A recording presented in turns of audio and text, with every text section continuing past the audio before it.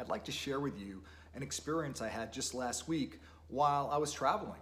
I was sitting at the airport waiting for my flight, and I bumped into an old client of mine, someone who I coached for several years back in the early 2000s, who's now a VP of sales for a large global organization.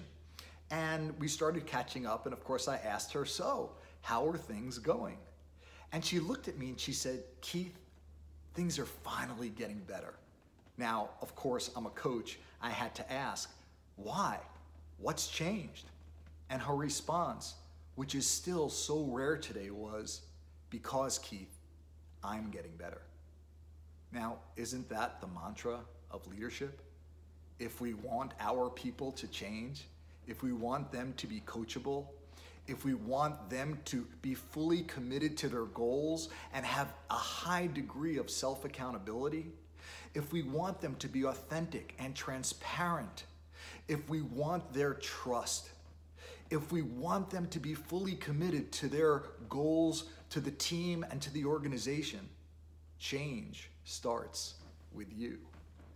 Avalanches roll downhill, and that's the good news and the bad news. You see, the bad news is, as a leader, every single problem you run into is your fault.